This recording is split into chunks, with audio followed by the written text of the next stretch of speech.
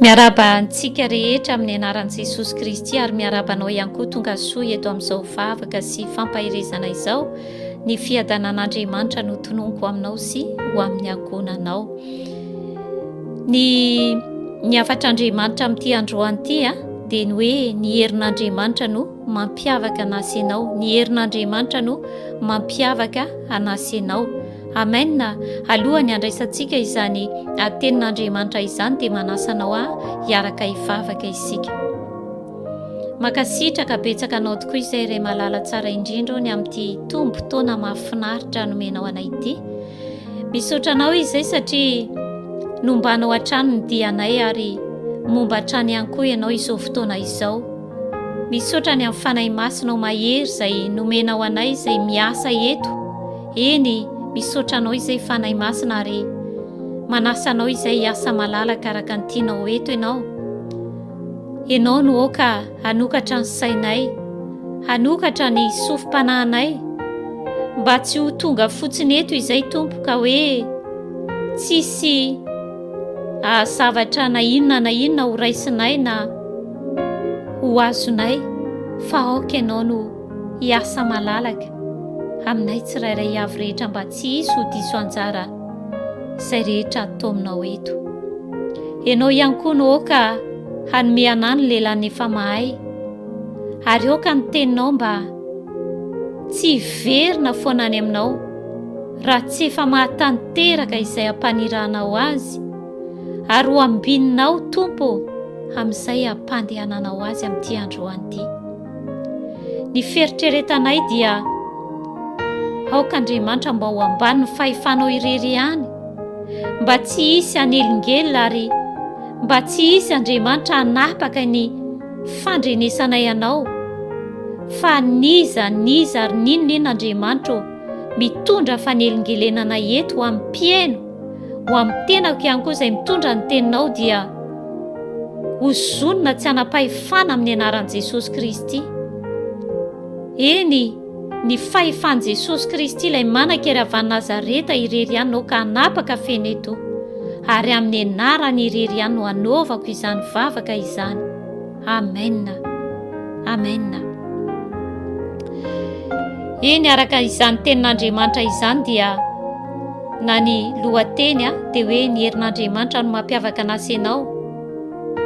Voalohany indrindra aloha dia aoka ho fantatro mazava tsara fa raha Andriamanitra Abrahama, raha Andriamanitra Isaka, raha Andriamanitra Jakoba no ivavahanao, ilay rainy Jesosy Kristy dia tadidio tsara fa izy ilay Andriamanitra mahery, izy ilay Andriamanitra tompony hery rehetra sy ny fahefana rehetra, izy ilay Andriamanitra tsy to, izany hoe tsy misy mahatohitra ny herin'Andriamanitra. Hoy ny mpanao salama ato amin'ny salama 7:100 dia ny 9:20 hoe efa andro tokony ampisehoany Jehovah ny heriny izao fa nandika ny lalànanao ny olona. Efa andro tokony ampisehoany Jehovah ny heriny izao fa nandika ny lalànanao ny olona. Eny, Andriamanitra ry havana dia te ampiseho ny heriny, te haneho ny heriny amintsika olombelona. Fa isika ny toatsorototra, isika ny toatstaitra, tsy mitady izany herin'Andriamanitra izany ary ny mampalahelo aza dia tsy mino intsony izany herin'Andriamanitra izany. Tadidio tsara nefa fa ny nampiavaka an'ireo mpanompon'Andriamanitra izay voalaza ato anatin'ny Baiboly dia tsy inona fa ny herin'Andriamanitra. Ny nampiavaka an'ireo mpanompon'Andriamanitra ato anatin'ny Baiboly dia ny herin'Andriamanitra, ny herin'Andriamanitra izay ny asa tao anatin'izy ireo, ny herin'Andriamanitra izay nomban'izy ireo, ny herin'Andriamanitra izay miaraka amin'izy ireo. Ohatra fotsiny i Mosesy.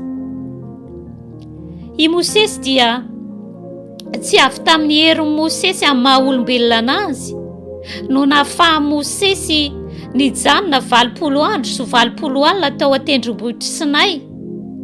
Izany hoe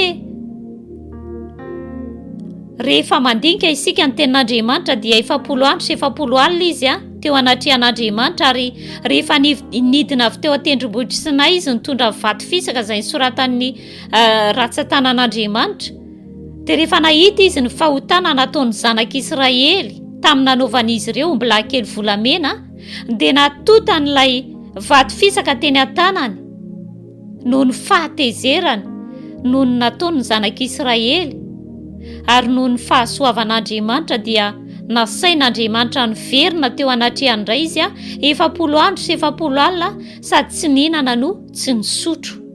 Hitantsika izany tantara izany Exodosy 4:20 ary any koa any amin'ny Exodosy 4:20 dia any amin'ny 4:30 azafady. Izany Mosesy izany dia olombelona tahaka an'asy ianao ary tsy nisy nahita izany isika fa ny Baiboly no manambara izany. Ary amin'ny maha olombelona amin'ny Mosesy dia tsy nahavita raha ny herin'ny tenandrery nijanona tsy nihinan-kanina na dia toka 7 andro sy 7 alina tsy mahavita izany fa ny herin'Andriamanitra. Ny herin'Andriamanitra irery ihany ry hava-malala. Izany manambara fa ny herin'Andriamanitra ihany no ahafahako sy ahafahanao manompo an'Andriamanitra. Aza miantehitra amin'ny herin'ny tenanao amin'ny maha olombelonanao. Eny fa na dia te-hanao zavatra ho an'Andriamanitra ianao dia miantehera amin'ny herin'Andriamanitra fa izany irery ihany no ahafahanao manatanteraka izany. Jereva ihany koa i Abrahama sy Sara. Na dia efa nandroso taona ary izy ireo, voalaza ny tenin'Andriamanitra fa i Abrahama dia efa ho 100 taona ary Sara dia 90 taona. Fa nefa na dia tamin'ny fahanteran'izy ireo no nandraisan'izy ireo ny teny fikasana izay nomen'Andriamanitra azy dia ny ananany taranaka ary voalaza ny tenin'Andriamanitra fa i Sara dia momba vehivavy momba ary efa nitsahajaza, izany hoe tsy amin'ny fotoana intsony izay mety azahoany anaka fa noho ny herin'Andriamanitra izay niasa tamin'izy ireo tamin'izy mivady ireo dia afaka nahazo taranaka izy na dia tamin'ny fahanterany aza. Izany dia mampafantatra anao ihany koa fa ny herin'Andriamanitra no mampiteraka amin'ny momba. Ny herin'Andriamanitra no mampananananaka ny vehivavy momba. Aleloia! Eny ho anao izay mitady taranaka ianao dia tadiko tsara fa tsy misy afa-tsy ny herin'Andriamanitra. Amen. Ka tsao izany herin'Andriamanitra izany. Hitantsika ihany koa ny tantaran'i Davida. I Davida dia no ny herin'Andriamanitra izay niaraka taminy, izay tao aminy no nanana ny fahasahiana niatrika ny Goliata. Eny izy ilay voalaza ny tenin'Andriamanitra fa mpiandro ondry ny asany fa tsy miaramila izy.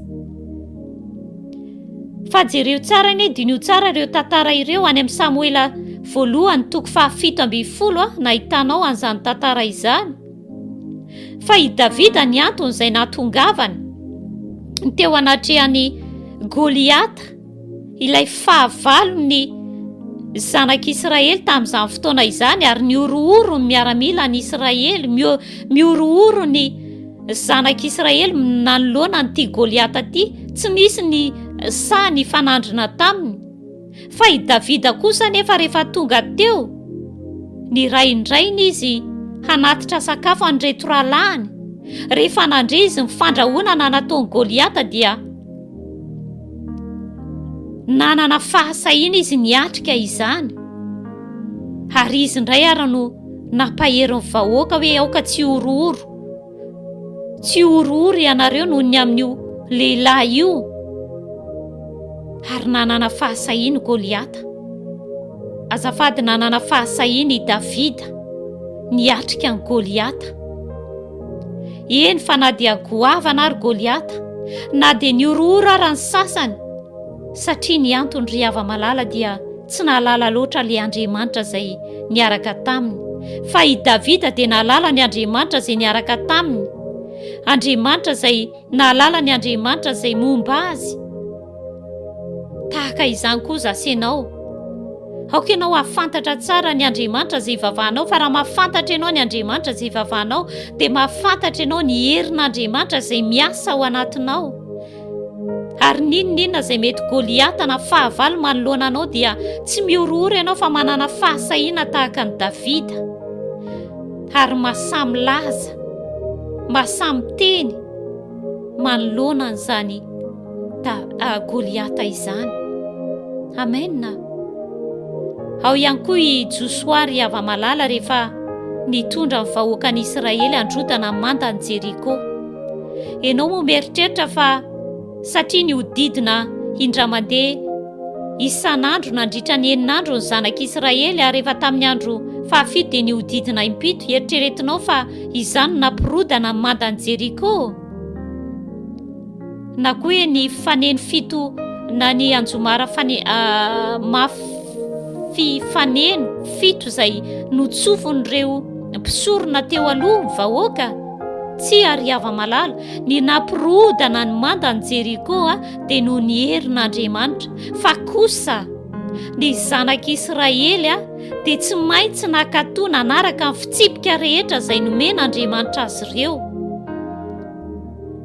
Hitantsika moa izany any amin'ny Josoa 4:9. Izany hoe no ahafahantsika miaina ny herin'Andriamanitra sy ahafahantsika mahita ny herin'Andriamanitra sy mampiavaka antsika, dia ny fankatoavantsika ny tenin'Andriamanitra. Fomba ahoana tokoa moa no hiasan'ny herin'Andriamanitra atao anatintsika sy ahitantsika ny herin'Andriamanitra raha tsy mankatoa isika sy manaraka ny fitsipik'Andriamanitra? Dia tahaka izany zasenao ry ava-malala. Tsy afaka ny ahita ny herin'Andriamanitra ianao raha tsy mankatoa sy manaraka ny fitsipika izay omen'Andriamanitra anao. Amen. Ary ny ho lazaina ihany koa dia ny amin'ny Josefa. I Josefa dia feno ny herin'Andriamanitra, ary ny herin'Andriamanitra dia niaraka taminy. I Josefa dia niavaka tokoa noho izany herin'Andriamanitra izay nomba azy izany sy niaraka taminazy izany. Ary hitantsika fa rehefa namidy izy ho mpanompo ho andevo tany amin'ny tany Egipta, dia tao amin'ny tranon'ny Farao, tao amin'ny lapany Farao, ary voatendron'ny Farao izy ho mpiandraikitra ny fananany rehetra. Ary rehefa notendren'ny Farao izy andraikitra ny fananany rehetra, dia tamin'ny fotoana izay nanambarana azy amin'izany no ny vadin'ny Farao dia tonga mba hoe hiaraka atory aminy, hiaraka andry aminy. Fa i Josefa no ny herin'Andriamanitra tao aminy dia afaka nandà izany, ary voalaza ny tenin'Andriamanitra fa hoe na dia isan'andro raha vehivavy izany no ny teny tamin'ny Josefa dia tsy nanaiky izy handry aminy na hiara hitoetra aminy. Ary na tamindray andro rehefa ataoko hoe no forsen'ity raha vehivavy ity, ilay vadiny i Farao, dia nitsoaka i Josefa. Ry ava-malala, izany tantara izany dia mampafantatra anao hoe ny herin'Andriamanitra izay miasa ao aminao sy miaraka aminao no mahatonga anao ho vehivavy miavaka, ho lehilahy miavaka, ho vehivavy mandresy ny fakapanahy, ho lehilahy mandresy ny fakapanahy. Eritrereto any alay fisary an-tsainany ny toerana izay nisy an'i Josefy, fa hiteny aminao hoe raha lehilahy kely saina no teo amin'ny plasin'i Josefa dia voasarika mazava ho azy. Fa i Josefa dia natahotra an'Andriamanitra, ary fantany tsara ny Andriamanitra izay ivavahany, satria hozy izy hoe tsy hanao ataoko ahoana hozy izy no hanao izany ratsy lehibe izany ka hanota amin'Andriamanitra. Ry ava-malala, tena tian'Andriamanitra zasenao ho feno ny herin'Andriamanitra. Ary tahaka an'ireo mpianatra Jesosy Kristy izay efa rehefa tamin'ny fotoana izay mbola tsy nandraisan'izy ireo ny herin'Andriamanitra dia tonga hatramin'ny fandavana n'ilay tompony dia tsy iza fa Jesosy Kristy. Fa rehefa feno ny herin'Andriamanitra izy ireo dia nanana fahasahiana. Nitoro filazantsara na dia teo ary ny fandrahonana sy ny fanenjehana, ary na dia teo ary ny fanaovana azy ireo tany an-tranomaizina, fa nanana fahasahiana. Tian'Andriamanitra zasy ianao ho feno izany herin'Andriamanitra izany. Tian'Andriamanitra zasy ianao mba tena ho vehivavy miavaka, ho lehilahy miavaka noho ny herin'Andriamanitra izay miasa ato amiko sy miasa ao anatinao. Ary araka ny salamo izay novakiantsika teo fa efa andro tokony ampisehoan'i Jehovah ny herony izao. Manana etaeta izany herin'Andriamanitra izany ry hava-malala, aza mionona fotsiny amin'ny hoe finoanao, fa manana etaeta amin'ny herin'Andriamanitra. Mba tena hiavaka tokoa ianao tahaka andro Josefa, tahaka andro Josoa, tahaka andro Mosesy, tahaka andro Davida, tahaka andreo mpanompon'Andriamanitra maro isan-karazany izay voalaza ato anatin'ny Baiboly ireo. Amen. Koa dia izay no tian'Andriamanitra ampahafantarina antsika amin'ity androany ity, fa ny Andriamanitra izay ivavahanao dia Andriamanitra mahery, Andriamanitra tsy misy mahatohitra izany herin'Andriamanitra izany, ary mazava ho azy fa izay rehetra novidian'Andriamanitra dia tian'Andriamanitra ampisehoana, hanehoana izany heriny izany, ary tian'Andriamanitra hiavaka ihany koa tahaka an'ireo mpanompony rehetra izay efa nampiasainy. Voninahitra ny ho an'i Jesosy Kristy. Misaotra betsaka anao izay Ray Masina, tsara indrindra ny amin'izany teninao izany, ary araka ny teninao Tompo fa ny fanjakanao dia tsy amin'ny teny fa amin'ny hery, ka izany herinao izany nao ka hiasa aminay tsirairay avy rehetra. Eny ny fanahy masina Tomponao ka andresy lahatra anay ny amin'izany teninao izany, ary te hahita ny herinao miasa Tompo amin'ny tsirairay avy rehetra. Naiza misy azy amin'izao fotoana izao, mba tena hatsapa izany herinao izany, mba tena ino izany herinao izany izy. Ka dia aoka ianao Andriamanitra no ampiseho ny herinao, fa mino izany herinao izany izay. Mino izay rehetra efa nataonao tamin'ny Davida, izay rehetra efa nataonao tamin'ny Josefa izay nafahany nandresy ny fakapanahy. Mba tena ho kristiana mandresy ny fakapanahy izay manomboka izao, mba ho kristiana mijoro izay no ny herin'Andriamanitra, mba tsy ho voahozongozona izay rehetra fampiororona rehetra, mba tsy hororo manoloana izany, manoloana ny fahavalo, fanana fahasahiana. Eny Andriamanitra, ianao no herinay ary hampianaro izay mba tena hiantehitra sy hanana etaeta izany herinao izany. Fa tahaka ny olona n'izao tontolo izao izay raha tsy feno izany herinao izany, mila izany herinao izany izay Andriamanitra, ka dia aoka ianao ny hanaferanay tsirairay avy, tafino herinao ny tsirairay avy Tompo, mba tsy hisy horeradreraka na osaosa, fa mba hanana fahasahiana ho vavolombelon'i Jesosy Kristy. Amen. Amen. Alléluia.